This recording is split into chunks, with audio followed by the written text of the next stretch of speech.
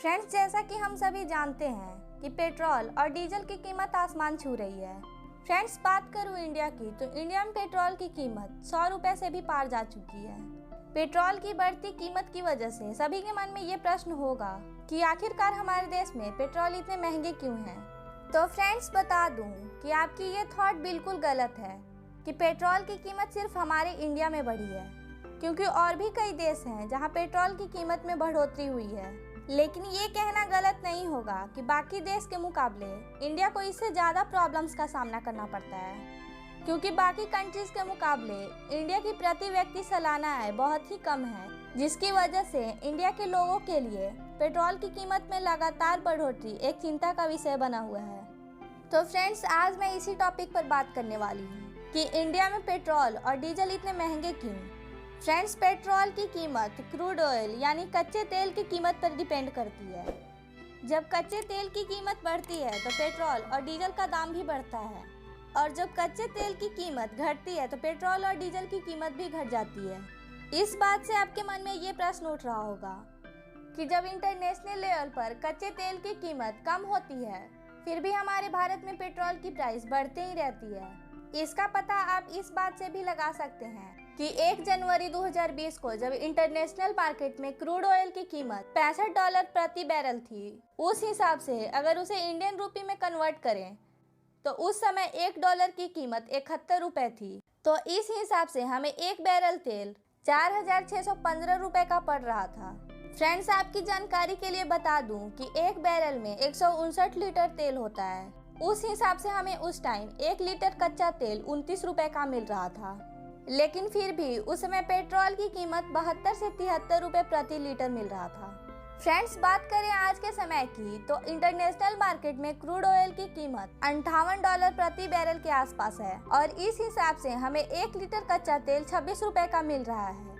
अगर देखा जाए तो 1 जनवरी 2020 को हमें 1 लीटर कच्चा तेल 29 रुपए का मिल रहा था, वहीं आज 1 लीटर कच्चा तेल 26 रुपए का ही मिल रहा है। लेकिन इसके बावजूद पेट्रोल की कीमत 1 जनवरी 2020 के मुकाबले आज 20 से 27 रुपए ज्यादा है। तो फ्रेंड्स, आज की इस वीडियो में हम यही बात करेंगे कि आखिर ऐसा क्यों। फ्रेंड्स, ये जानने से पहले आपको ये जानना होगा कि रिफाइंड पेट्रोल किन किन प्रोसेस और टैक्सेस से होकर हमारे पास आता है।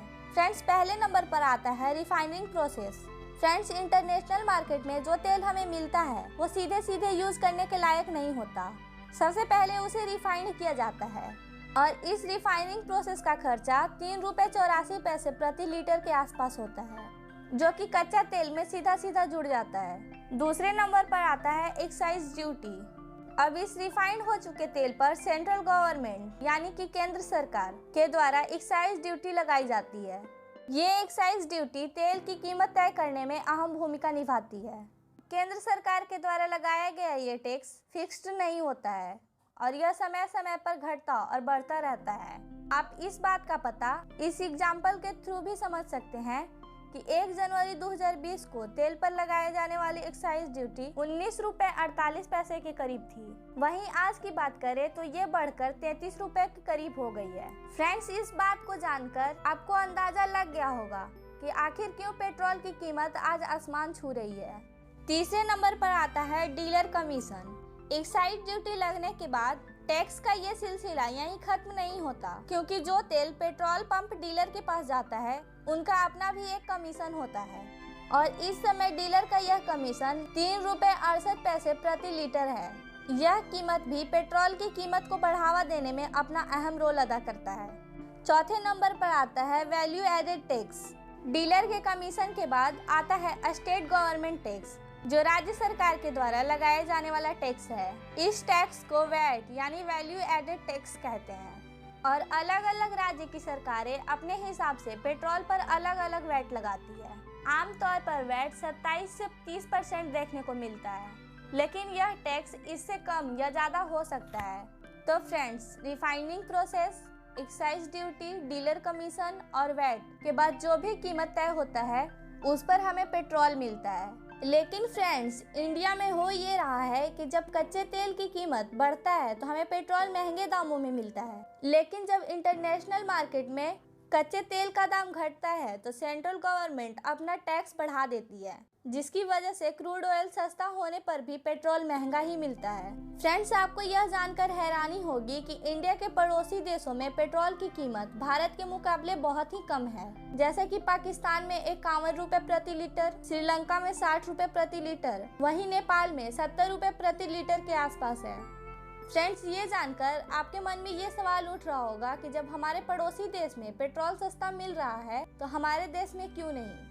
फ्रेंड्स, ये जानने से पहले आपको ये जानना होगा कि हमारी गवर्नमेंट इतना टैक्स बढ़ा क्यों रही है। फ्रेंड्स, इसका सटीक जवाब तो अभी किसी के पास नहीं है, बट कुछ लोग का मानना है कि कोविड-19 आने के बाद लॉकडाउन की वजह से गवर्नमेंट का खजाना बिल्कुल खाली हो गया था, जिसकी भरपाई के लिए सरकार पेट्रोल और डीजल पर भारी मात्रा में टैक्स कलेक्शन कर रही है। फ्रेंड्स, इस विषय में आपकी क्या राय है, आप हमें कमेंट करके ज़रूर बताएं। वीडियो अच्छा लगे तो लाइक और शेयर कर दें। इसी तरह की और भी वीडियोस देखने के लिए हमारे चैनल को सब्सक्राइब कर दें। Thanks for watching my video.